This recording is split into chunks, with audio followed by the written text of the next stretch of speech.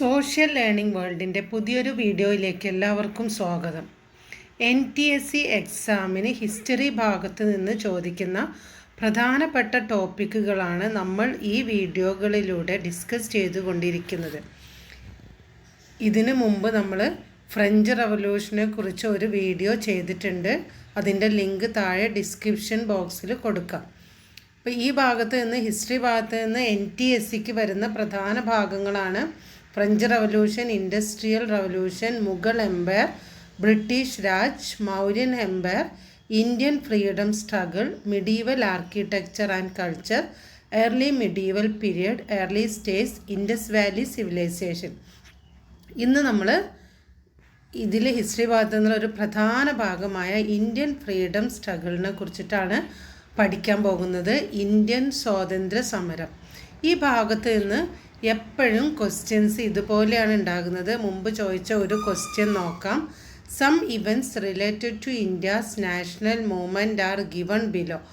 Identify the correct chronological order. ഇപ്പോൾ എപ്പോഴും ഇതുപോലെയുള്ള ക്വസ്റ്റ്യൻസാണ് ഉണ്ടാവുക. ഇന്ത്യൻ ഫ്രീഡം സ്ട്രഗിളുമായിട്ട് ബന്ധപ്പെട്ട കുറച്ച് ഇവൻറ്റ്സ് തരും. അതിന് കറക്റ്റ് ക്രോണോളജിക്കൽ ഓർഡറായിട്ട് അറേഞ്ച് ചെയ്യാനാണ് എപ്പോഴും ക്വസ്റ്റ്യൻ ചോദിക്കുന്നത്. അപ്പോൾ നിങ്ങൾ ഈ ഭാഗത്ത് നിന്ന് നടക്കുന്ന പ്രധാന സംഭവങ്ങളും അവ നടന്ന ഇയറും പ്രത്യേകിച്ച് ഓർമ്മിച്ച് വെക്കണം. ഈ ഭാഗത്തെക്കുറിച്ച് കൂടുതൽ അറിവ് നേടുന്നതോടൊപ്പം തന്നെ പ്രധാന സംഭവങ്ങൾ, ഇന്ത്യൻ ഫ്രീഡം സ്ട്രഗിളുമായിട്ട് ബന്ധപ്പെട്ട പ്രധാന സംഭവങ്ങൾ ഏത് ഇയറിലാണെന്ന് നടന്നത് എന്ന് പ്രത്യേകിച്ച് ഓർത്ത് വെക്കണം. എപ്പോഴും ഇതേ രീതിയിലാണ് ക്വസ്റ്റ്യൻസ് ഉണ്ടാവുക. അപ്പോൾ ഈ ക്വസ്റ്റ്യൻ നോക്കിയേ. സോൾട്ട് സത്യാഗ്രഹ, സ്വദേശി movement, Lahore session, Chauri Chaura incident. ഇതിനെ നമ്മൾ എങ്ങനെയാണ് കറക്റ്റ് ക്രോണോളജിക്കൽ ഓർഡറായിട്ട് തരംതിരിക്കുന്നത് എങ്ങനെയാണ്? സോൾട്ട് സത്യാഗ്രഹ 1930, സ്വദേശി movement 1905, Lahore session 1929, Chauri Chaura incident 1922 ആണ്. അപ്പോൾ ആദ്യം വരുന്നത് ഏതായിരിക്കും? സ്വദേശി മൂവ്മെൻ്റ് ആണ്. ബി ആണ് ആദ്യം വരുന്നത്. അതിനുശേഷം ഏതാ വരുന്നത്? ചൗരി ചൗര ഇൻസിഡൻറ്റ് 1922 ചൗരി ചൗര ഇൻസിഡൻറ്റ് നടക്കുന്നത്. BD. അതുപോലെ തന്നെ നെക്സ്റ്റ് ലാഹോർ സെഷൻ 1929 സോൾട്ട് സത്യാഗ്രഹ 1930. അപ്പോൾ BDCA ആണ് കറക്റ്റ് ആൻസർ. സോൾട്ട് സത്യാഗ്രഹ 1930, സ്വദേശി മൂവ്മെൻറ്റ് 1905, ലാഹോർ സെഷൻ 1929, ചൗരി ചൗര 1922. അപ്പോൾ ഈ ഇയറൊക്കെ പ്രത്യേകിച്ച് ഓർത്ത് വെക്കണം. ഇനി നമുക്ക് പ്രധാനമായിട്ടും ഇന്ത്യൻ ഫ്രീഡം സ്ട്രഗിളുമായിട്ട് ബന്ധപ്പെട്ട പ്രധാന സംഭവങ്ങളെക്കുറിച്ച് നോക്കാം. അപ്പോൾ ഈ സംഭവങ്ങളും അവ നടന്ന വർഷവും നന്നായിട്ട് പഠിച്ചു വെക്കണം. അപ്പോൾ ഫസ്റ്റ് ആദ്യം നടക്കുന്നത് നമ്മൾ ഈ വീഡിയോയിൽ 1885 തൊട്ടിട്ട് 1947 വരെയുള്ള സംഭവങ്ങളാണ് ഡിസ്കസ് ചെയ്യുന്നത്. അപ്പോൾ 1885 ടു 1947 വരെയാണ് നമ്മൾ ഡിസ്കസ് ചെയ്യുന്നത്. 1885 formation of Indian National Congress. Indian National Congress രൂപീകരിച്ചത് 1885 ഡിസംബർ 28. അപ്പോൾ ഇതുമായിട്ട് ബന്ധപ്പെട്ട കുറച്ച് കാര്യങ്ങൾ നോക്കാം. കോൺഗ്രസിൻ്റെ സ്ഥാപകൻ AO Hume, Allan Octavian Hume ആയിരുന്നു കോൺഗ്രസിൻ്റെ സ്ഥാപകൻ.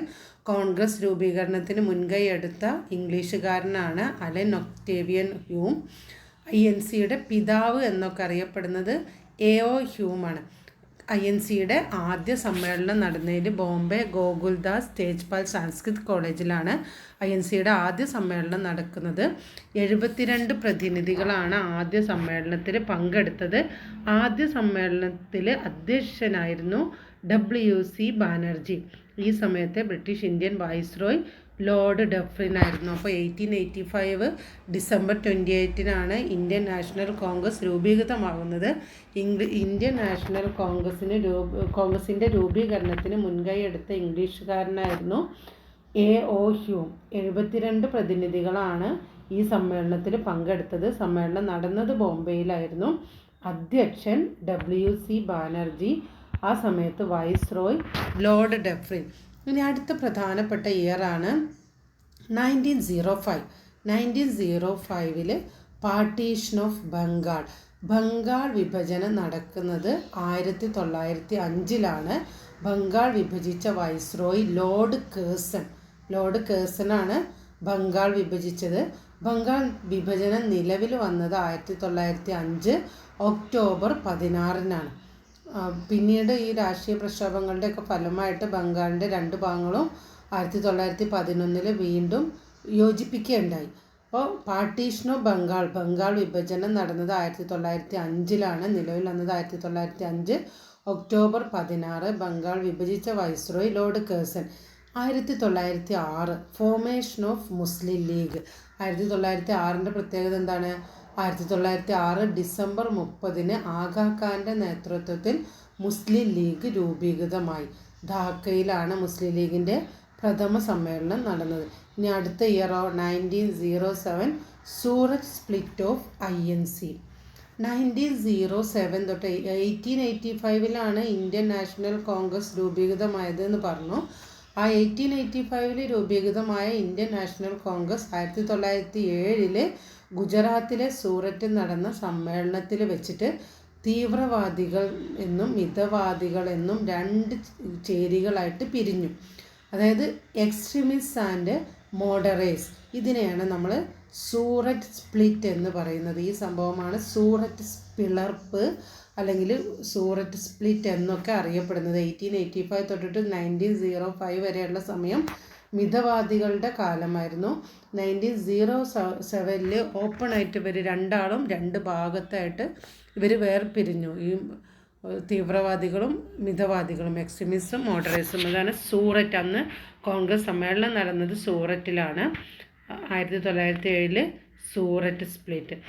നെക്സ്റ്റ് 1909 മിൻറ്റോ മോർലി റിഫോം അല്ലെങ്കിൽ ഇന്ത്യൻ കൗൺസിൽ ആക്ട് ഓഫ് 1909. ആരായിരുന്നു മിൻറ്റോ മോർലി? ഇത് 2 ആൾക്കാരാണ്. ആരായിരുന്നു മിൻറ്റോ? അന്നത്തെ വൈസ്രോയി ആയിരുന്നു മിൻറ്റോ. ബ്രിട്ടീഷ് വൈസ്രോയി ആയിരുന്നു മിൻറ്റോ പ്രഭുവും അതുപോലെ തന്നെ സ്റ്റേറ്റ് സെക്രട്ടറി ആയിരുന്ന മോർലി പ്രഭുവും കൊണ്ടുവന്ന പരിഷ്കാരങ്ങളാണ് മിൻറ്റോ മോർലി റിഫോംസ്. അന്നത്തെ വൈസ്രോയി ആയിരുന്ന മിൻറ്റോ പ്രഭുവും സ്റ്റേറ്റ് സെക്രട്ടറി ആയിരുന്ന മോർലി പ്രഭുവും ഭരണകാര്യങ്ങളിൽ കൂടുതൽ പങ്ക് കൊടുത്താലേ ഇന്ത്യക്കാരെ തൃപ്തരാക്കാൻ കഴിയൂ എന്ന് മനസ്സിലാക്കുകയും ആലോചനകളും ചർച്ചകളും ഒക്കെ നടത്തുകയും ചെയ്തു. ഇതിൻ്റെ ഫലമായിട്ടാണ് 1909 പാർലമെൻറ്റ് ഒരു ആക്ട് പാസ്സാക്കി. ആ ആക്റ്റാണ് ഇന്ത്യൻ കൗൺസിൽ ആക്ട് ഓഫ് 1909. 1919 അല്ലെങ്കിൽ മിൻറ്റോ മോർലി പരിഷ്കാരങ്ങൾ എന്നൊക്കെ അറിയപ്പെടുന്നതാണ്. ഈ മിൻറ്റോ മോർലി പരിഷ്കാരങ്ങളുടെ മറ്റൊരു പേരാണ് ഇന്ത്യൻ കൗൺസിൽ ആക്ട് ഓഫ് 1909. അപ്പോൾ 1885 formation of Indian National Congress, 1905 Bengal വിഭജനം നടന്നു, 06 മുസ്ലിം ലീഗ് ഫോം ചെയ്തു. അതുപോലെ തന്നെ 1907 കോൺഗ്രസ് 2ആയിട്ട് പിരിഞ്ഞു, മോഡറേറ്റ്സ് എന്നും എക്സ്ട്രീമിസ്റ്റ് എന്നും. 1909 മിൻറ്റോ മോർലി റിഫോംസ് അല്ലെങ്കിൽ ഇന്ത്യൻ കൗൺസിൽ ആക്ട് ഓഫ് 1909. അടുത്ത പ്രധാനപ്പെട്ട ഇയറാണ് 1911. എന്താണ് 1911?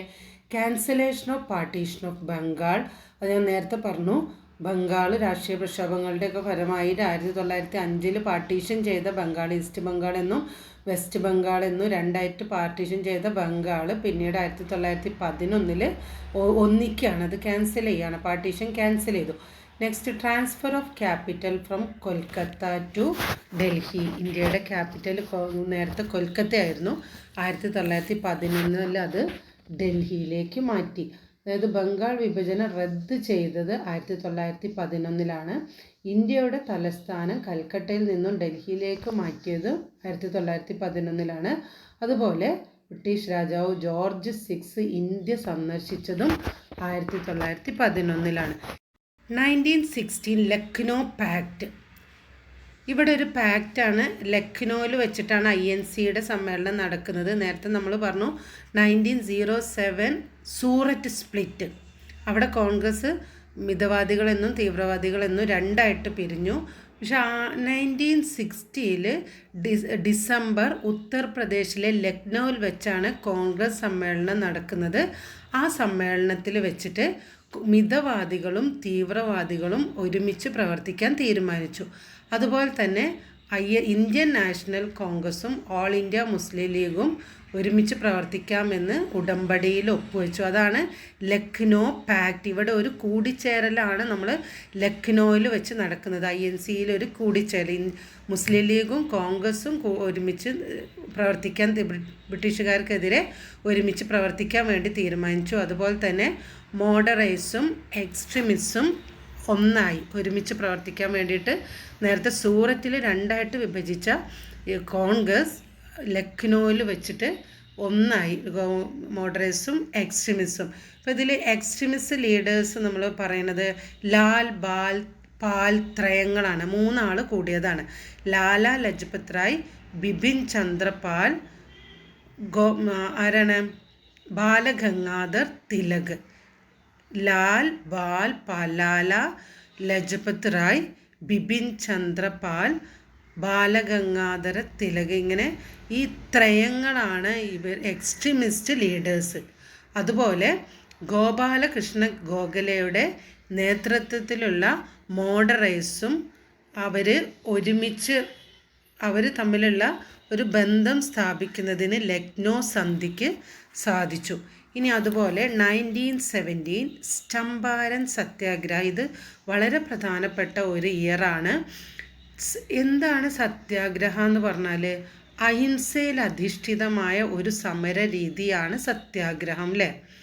അതായത് ഗാന്ധിജിയുടെ ഇന്ത്യയിൽ നടന്ന ആദ്യത്തെ എക്സ്പെരിമെൻ്റാണ്, ഒരു പരീക്ഷണമാണ് സത്യാഗ്രഹ പരീക്ഷണം. ഇന്ത്യയിൽ ഗാന്ധിജിയുടെ ആദ്യത്തെ സത്യാഗ്രഹ പരീക്ഷണം അരങ്ങേറിയത് ബീഹാറിലെ ചമ്പാരനിലാണ്. അതാണ് ചമ്പാരൻ സത്യാഗ്രഹ. എന്തിനു വേണ്ടിയിട്ടാണ് ഗാന്ധിജി ഇവിടെ സത്യാഗ്രഹം നടത്തിയത്? അതായത് നീലം കർഷകരെ ബ്രിട്ടീഷുകാർ ചൂഷണം ചെയ്യുന്നതിനെതിരെ നടന്ന പ്രക്ഷോഭമാണ് ചമ്പാരൻ സത്യാഗ്രഹ. അതായത് നീലം, ഇൻഡിഗോ ഫാമേഴ്സിനെ പ്രൊട്ടക്റ്റ് ചെയ്യാൻ വേണ്ടിയിട്ട്, അവരെ സപ്പോർട്ട് ചെയ്യാൻ വേണ്ടിയിട്ട് ഗാന്ധിജി നടത്തിയ ഒരു സത്യാഗ്രഹമായിരുന്നു 1917 ചമ്പാരൻ സത്യാഗ്രഹ. ഗാന്ധിജിയുടെ ആദ്യത്തെ സത്യാഗ്രഹ എക്സ്പെരിമെൻറ്റ് ഇന്ത്യയിൽ. അപ്പോൾ 1911 ക്യാൻസലേഷൻ ഓഫ് പാർട്ടീഷൻ ഓഫ് ബംഗാളും transfer of capital from Kolkata to Delhi. പിന്നെ അതുപോലെ ജോർജ് 6 രാജാവ് ഇന്ത്യ സന്ദർശിച്ചു. 1960 ലക്നോ പാക്റ്റാണ്. കോൺഗ്രസ്സിൽ ഒരു കൂടിച്ചേരലാണ് നടക്കുന്നത്. ഇന്ത്യൻ നാഷണൽ കോൺഗ്രസും മുസ്ലിം ലീഗും ഒരുമിച്ച് പ്രവർത്തിക്കാൻ തീരുമാനിച്ചു. അതുപോലെ തന്നെ മിതവാദികളും തീവ്രവാദികളും ഒന്നായ കോൺഗ്രസ് സമ്മേളനമാണ് ലക്നോ പാക്റ്റ്. 1917 ഗാന്ധിജിയുടെ ഫസ്റ്റ് സത്യാഗ്രഹ എക്സ്പെരിമെൻ്റാണ് നീലം കർഷകരെ സപ്പോർട്ട് ചെയ്യാൻ വേണ്ടിയിട്ട് ചമ്പാരൻ സത്യാഗ്രഹ. ഇനി അടുത്ത പ്രധാനപ്പെട്ട ഇയറാണ് 1919 Montagu Chelmsford reforms. Rowlatt Act passed, Jallian Walabagh massacre. അപ്പോൾ എന്തൊക്കെയാണ് 1990 ആദ്യമായിട്ട് നമുക്ക് മൊണ്ടേഗു ചെംസ്ഫോർഡ് റിഫോംസ് എന്താണെന്ന് നോക്കാം. ഇതിപ്പോൾ നേരത്തെ നമ്മൾ പറഞ്ഞു 1909, അതായത് മിൻഡോ മോർലി റിഫോംസ് പറഞ്ഞു. അതുപോലെ തന്നെയാണ് ഈ 1990 മൊണ്ടേഗു ചെംസ്ഫോർഡ് റിഫോംസ്. ആരായിരുന്നു മൊണ്ടേഗും ചെംസ്ഫോർഡും ഒക്കെ? ഇന്ത്യൻ സെക്രട്ടറി ആയിരുന്നു എഡ്വിൻ മൊണ്ടേഗു. അതുപോലെ വൈസ്രോയ് ആയിരുന്നു ചെംസ്ഫോർഡ്. ഇവർ കൊണ്ടുവന്ന പരിഷ്കാരങ്ങളാണ് Montagu Chelmsford reform. Indian secretary ആയിരുന്ന എഡ്വിൻ മൊണ്ടേഗുവും വൈസ്രോയ് ആയിരുന്ന ചെംസ്ഫോർഡും കൊണ്ടുവന്ന പരിഷ്കാരങ്ങളാണ് 1919 ഗവൺമെൻറ് ഓഫ് ഇന്ത്യ ആക്ടിന് അടിസ്ഥാനമായത്. മൊണ്ടേഗു ചെംസ്ഫോർഡ് റിഫോംസ് ആയിരുന്നു ഗവൺമെൻറ് ഓഫ് ഇന്ത്യ ആക്ട് 1919 അതിന് അടിസ്ഥാനമായ പരിഷ്കാരങ്ങൾ.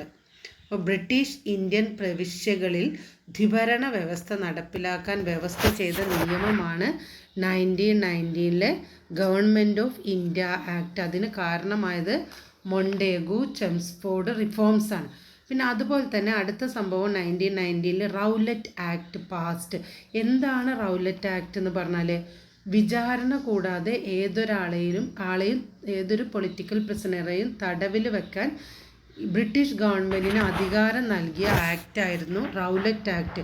ഏതൊരു പൊളിറ്റിക്കൽ പ്രിസണറെയും വിചാരണ കൂടാതെ 2 വർഷം വരെ തടവിൽ വെക്കാമെന്ന് അതിന് അധികാരം നൽകുന്ന ആക്റ്റായിരുന്നു റൗലറ്റ് ആക്ട്. 1919 റൗലറ്റ് ആക്ട് പാസ്സാക്കുന്നത്. ഇതിനെതിരെ രാജ്യം മുഴുവൻ പ്രക്ഷോഭം നടത്തി. ഈ റൗലറ്റ് ആക്ടിന് എതിരായിട്ടുള്ള പ്രക്ഷോഭം തുടങ്ങിയത് 1919 ഏപ്രിൽ 6-നാണ്. 1919 ഏപ്രിൽ 6-ന് ഗാന്ധിജി ഹർത്താലിന് ആഹ്വാനം ചെയ്തു. ഇന്ത്യയിൽ ആദ്യമായി രാജ്യം മുഴുവൻ ഹർത്താൽ ആചരിച്ച ദിവസമാണ് 1919 ഏപ്രിൽ 6. അത് ഈ റൗലറ്റ് ആക്ടിന് എതിരായിട്ടായിരുന്നു ഈ ഹർത്താൽ നടന്നത്. Next, Jallian Walabagh incident. ജാലിയൻ വാലാബാഗ് സംഭവം നടക്കുന്നത് 1919 ഏപ്രിൽ 13-നാണ്. ജാലിയൻ വാലാബാഗ് കൂട്ടക്കൊലയ്ക്ക് ഉത്തരവിട്ടത് പഞ്ചാബിലെ English governor Michael O'Dwyer ആയിരുന്നു. എന്നാൽ ഇതിന് നേതൃത്വം നൽകിയത് ജനറൽ ഓ ഡയർ ആണ്. ജാലിയൻ വാലാബാഗ് സംഭവത്തിന്, ഈ കൂട്ടക്കൊലയ്ക്ക് വെടിവെക്കാൻ ഉത്തരവിട്ടത് മൈക്കൽ ഓ ഡയറും എന്നാൽ ഈ സംഭവത്തിന് നേതൃത്വം നൽകിയത് ജനറൽ ഓ ഡയറുമായിരുന്നു. ഇനി നെക്സ്റ്റ് നമുക്ക് ഗാന്ധിജിയുടെ ആദ്യത്തെ മാസ് മൂവ്മെൻറ്റ്. ഇന്ത്യയിൽ ഗാന്ധിജിയുടെ ഒരു ഫസ്റ്റ് മാസ് മൂവ്മെൻ്റാണ്. എല്ലാ വിഭാഗത്തിൽ നിന്നുള്ള ആൾക്കാരെയും പങ്കെടുപ്പിച്ച് കൊണ്ട് നടത്തിയ ഒരു മൂവ്മെൻ്റായിരുന്നു നോൺ കോപ്പറേഷൻ മൂവ്മെൻറ്റ്. നിസ്സഹകരണ പ്രസ്ഥാനം എന്ന് പറയും. ഗാന്ധിജി 1920-22 ഇതിനുള്ള പ്രിപ്പറേഷനൊക്കെ നടന്ന് 1920-22 നോൺ കോപ്പറേഷൻ മൂവ്മെൻറ്റ്. അതായത് നോൺ കോപ്പറേഷൻ മൂവ്മെൻറ്റ് ആരംഭിക്കാൻ കോൺഗ്രസ് തീരുമാനിച്ചത് 1920 നാഗ്പൂർ സമ്മേളനത്തിൽ വെച്ചായിരുന്നു. നോൺ കോപ്പറേഷൻ മൂവ്മെൻറ്റ് ആരംഭിക്കാൻ കോൺഗ്രസ് തീരുമാനിച്ചത് 1920 നാഗ്പൂർ സമ്മേളനത്തിൽ വെച്ചായിരുന്നു. കോൺഗ്രസ് എന്നാൽ നോൺ കോപ്പറേഷൻ മൂവ്മെൻറ്റിനെ സംബന്ധിച്ച് പ്രമേയം പാസ്സാക്കിയത് 1920 കൽക്കട്ട സമ്മേളനത്തിൽ വെച്ചായിരുന്നു. 2 തവണ കോൺഗ്രസ് മീറ്റിംഗ് കൂടിയിട്ടുണ്ട്. 1920 നാഗ്പൂരിൽ കൂടിയ സമ്മേളനത്തിൽ വെച്ചിട്ട് എന്തുണ്ടായത്, നാഗ്പൂരിൽ നോൺ കോപ്പറേഷൻ മൂവ്മെൻറ്റ് ആരംഭിക്കാൻ തീരുമാനിച്ചു. എന്നാൽ കൽക്കട്ട സമ്മേളനത്തിൽ വെച്ചിട്ട് നോൺ കോപ്പറേഷൻ മൂവ്മെൻറ്റിനെ അതായത് അത് ആരംഭിക്കാൻ വേണ്ടി പ്രമേയം പാസ്സാക്കി. ഗാന്ധിജി നിസ്സഹകരണ സമരം ആരംഭിച്ചത് 1920 ഓഗസ്റ്റ് 1-നാണ്. ഗാന്ധിജി നോൺ കോപ്പറേഷൻ മൂവ്മെൻറ്റ് തുടങ്ങുന്നത്. ഗാന്ധിജിയുടെ നേതൃത്വത്തിൽ ഇന്ത്യയിൽ നടന്ന ആദ്യത്തെ ബഹുജന സമരമായിരുന്നു നോൺ കോപ്പറേഷൻ മൂവ്മെൻറ്റ് അല്ലെങ്കിൽ നിസ്സഹകരണ പ്രസ്ഥാനം. ഗാന്ധിജി ഇന്ത്യൻ ദേശീയ പ്രസ്ഥാനത്തിൻ്റെ അനിഷേധ്യ നേതാവായി മാറിയതൊക്കെ നിസ്സഹകരണ സമരത്തോട് കൂടിയാണ്.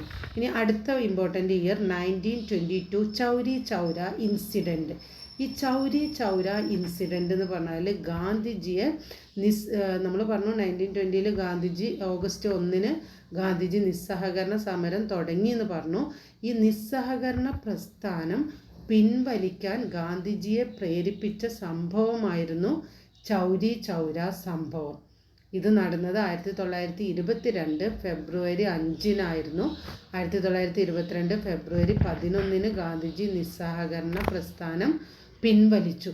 അപ്പോൾ നിസ്സഹകരണ പ്രസ്ഥാനം പിൻവലിക്കാൻ ഗാന്ധിജിയെ പ്രേരിപ്പിച്ച സംഭവമായിരുന്നു ചൗരി ചൗര ഇൻസിഡൻറ്റ്. ഈ ചൗരി ചൗര എന്ന് പറഞ്ഞ സ്ഥലത്ത് ജനങ്ങൾ പോലീസ് സ്റ്റേഷന് തീയിടുകയും പോലീസുകാർ മരിക്കുകയും ചെയ്തു. അപ്പോൾ ഗാന്ധിജിയുടെ ആ ഒരു അഹിംസ എന്നുള്ള ആ ഒരു വിശ്വാസത്തിന് തകർച്ച, അതായത് ജനങ്ങൾ അക്രമം ചെയ്യാൻ തുടങ്ങിയപ്പോൾ ഗാന്ധിജി എന്ത് ചെയ്തു, ഈ നിസ്സഹകരണ പ്രസ്ഥാനം പിൻവലിച്ചു. അതിലേക്ക് നയിച്ച സംഭവമാണ് ചൗരി ചൗര ഇൻസിഡൻറ്റ്. ഇനി 1922-23 establishment of Swaraj party. Gandhiji 1922 Chauri Chaura ഇൻസിഡൻറ്റോട് കൂടി നിസ്സഹകരണ പ്രസ്ഥാനം പിൻവലിച്ചു എന്ന് പറഞ്ഞു. പക്ഷേ അതിൽ കോൺഗ്രസ് ലീഡേഴ്സ് ചില ആൾക്കാരൊക്കെ അവർ ഡിസപ്പോയിൻറ്റഡ് ആയിരുന്നു, അവർക്ക് നിരാശ തോന്നി. അങ്ങനെ എന്ത് ചെയ്തു, 1923 നമ്മൾ സ്വരാജ് പാർട്ടി നിലവിൽ വന്നു. 1923 ജനുവരി 1-ന് സ്വരാജ് പാർട്ടി ഫോം ചെയ്തു. സ്വരാജ് പാർട്ടിയുടെ ആദ്യത്തെ പ്രസിഡന്റ് CR ദാസ് ആയിരുന്നു, ചിത്തരഞ്ജൻ ദാസ്.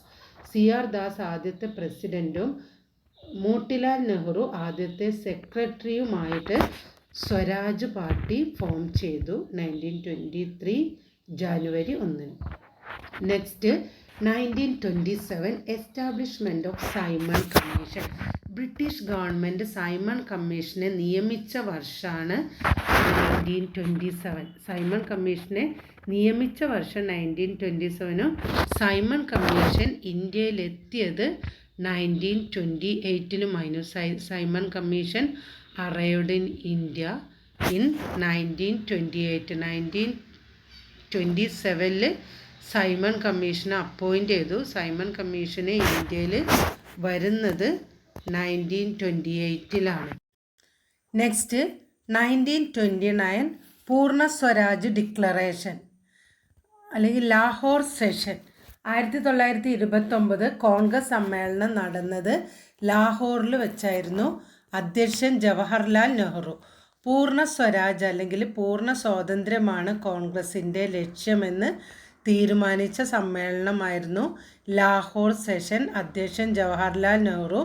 ഇനി ഇതുകൂടാതെ ചില തീരുമാനങ്ങളും കൂടി ഈ സമ്മേളനത്തിൽ കോൺഗ്രസ് എടുത്തു.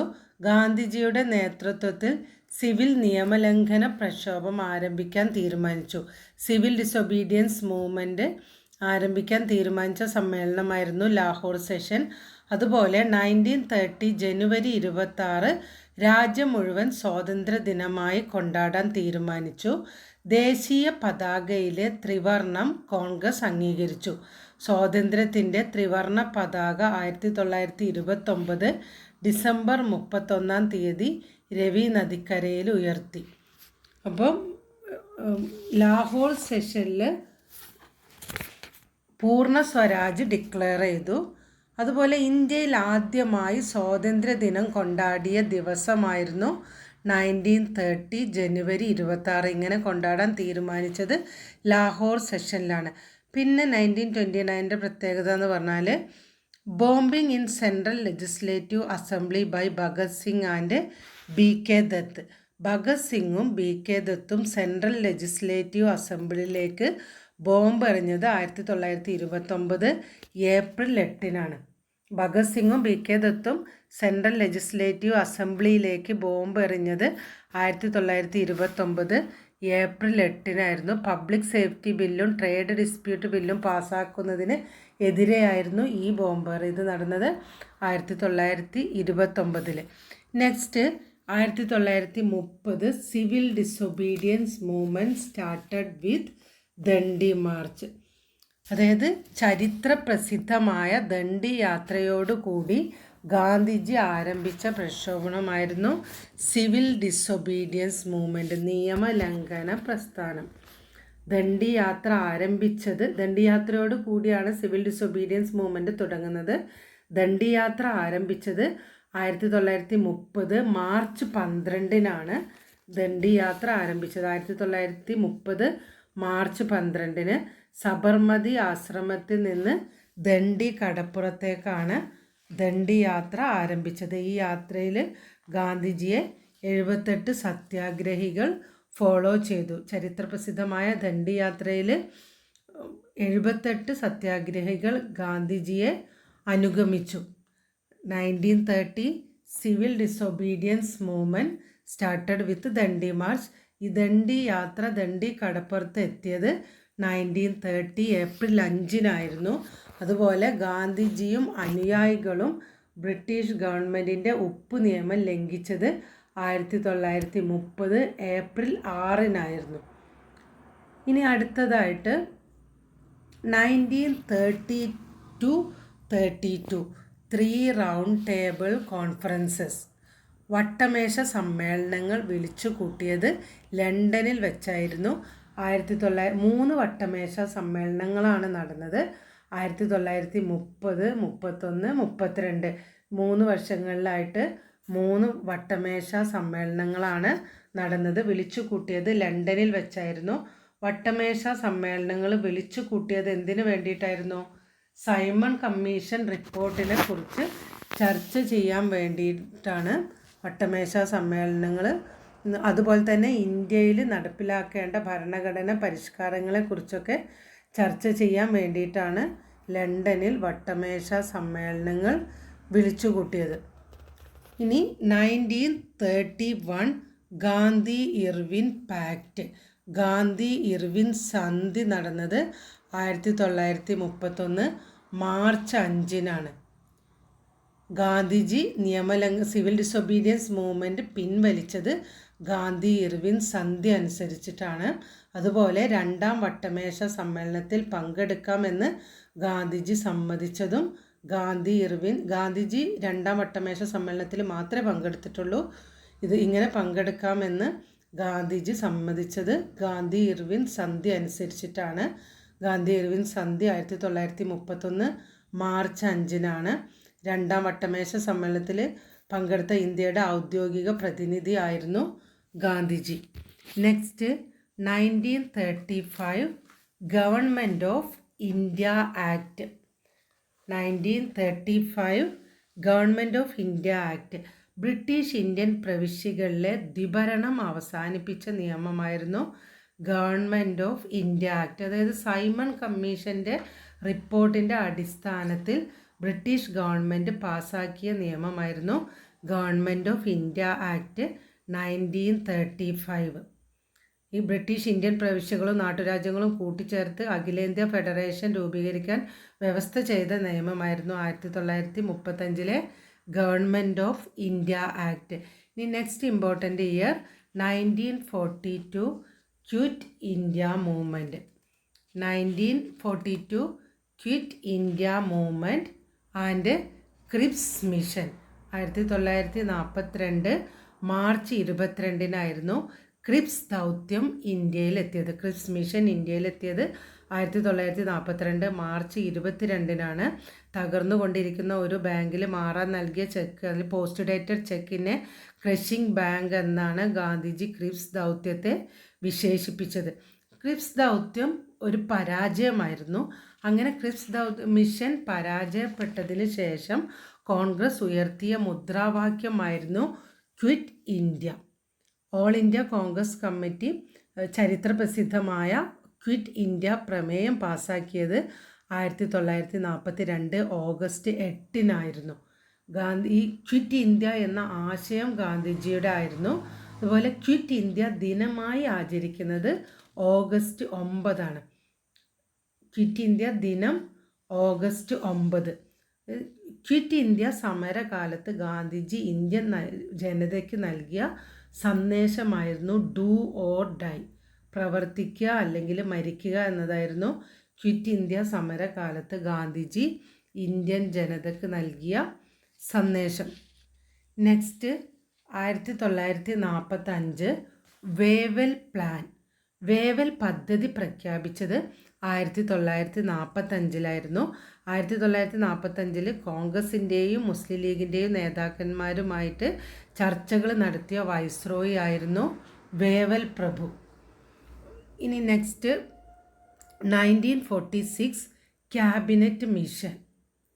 ക്യാബിനറ്റ് മിഷൻ ഇന്ത്യയിലെത്തിയത് 1946 മാർച്ച് 24-നായിരുന്നു. ക്യാബിനറ്റ് മിഷൻ ഇന്ത്യയിലെത്തിയത്. ക്യാബിനറ്റ് മിഷനിൽ അംഗങ്ങൾ Pethick Lawrence, Stafford Cripps, AV Alexander. Pethick Lawrence ആയിരുന്നു ക്യാബിനറ്റ് മിഷൻ്റെ തലവൻ. ക്യാബിനറ്റ് മിഷൻ ഇന്ത്യയിലെത്തിയത് 1946 മാർച്ച് 24-നായിരുന്നു. ക്യാബിനറ്റ് മിഷൻ ഇന്ത്യയിലെത്തുമ്പോൾ ബ്രിട്ടീഷ് ഇന്ത്യൻ വൈസ്രോയി വേവൽ പ്രഭു ആയിരുന്നു. ക്യാബിനറ്റ് മിഷൻ ഇന്ത്യയിലെത്തുമ്പോൾ British Indian viceroy. Next and last we can see independence 1947 Mountbatten plan. അതായത് ഒരു ആറ്റ്ലി പ്രഖ്യാപനം ചരിത്രപ്രസിദ്ധമായ ആറ്റ്ലി പ്രഖ്യാപനം നടന്നത് 1947 ഫെബ്രുവരി 20-നാണ്. എന്താണ് ആറ്റ്ലി പ്രഖ്യാപനം?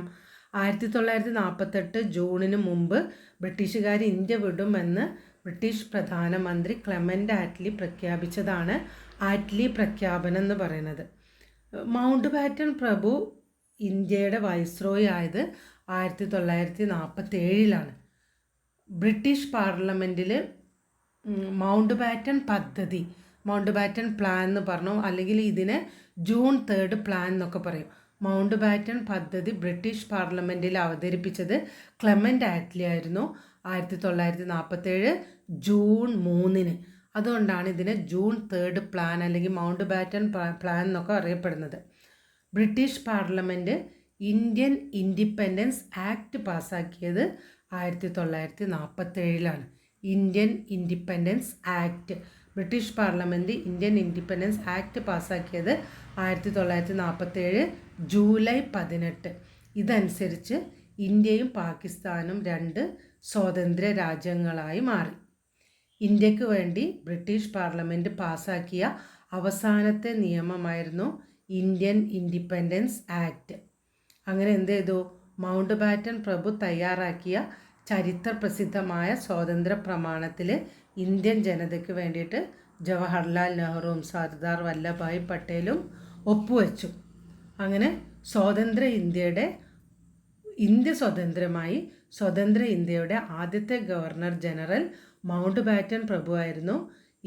അതുപോലെ ബ്രിട്ടീഷ് ഇന്ത്യയുടെ അവസാനത്തെ വൈസ്രോയും മൗണ്ട് ബാറ്റൺ പ്രഭുവായിരുന്നു. പാകിസ്ഥാൻ്റെ ആദ്യത്തെ ഗവർണർ ജനറൽ മുഹമ്മദ് അലി ജിന്നയായിരുന്നു. അപ്പോൾ എല്ലാവരും ഈ ഇയറൊക്കെ പ്രത്യേകിച്ച് ഓർത്ത് വെക്കുക, നന്നായിട്ട് എക്സാമിന് പഠിക്കുക. ഇനിയൊരു അടുത്ത ടോപ്പിക്കുമായി നമുക്ക് അടുത്ത വീഡിയോയിൽ കാണാം. Till then bye.